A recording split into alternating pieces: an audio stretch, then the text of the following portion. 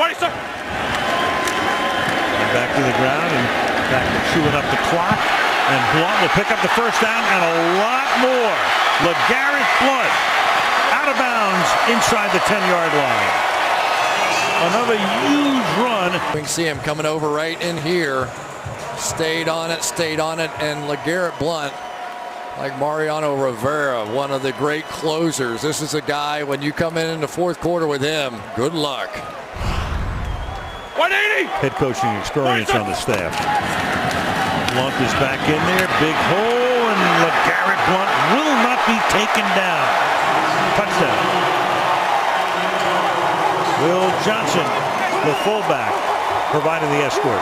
Oh, man, did they find a grouping here. This has been dynamic all night long, this big package.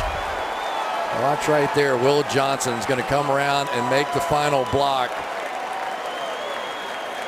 And then LaGarrette Blount, jeez, takes Thomas Decoud right in the end zone with him. Good luck.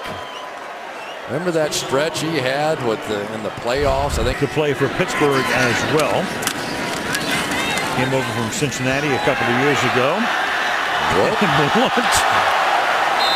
with a hurdle move. Bell's really good at that stuff too, and a gain of 17. Watch LaGarrette Blount's move here.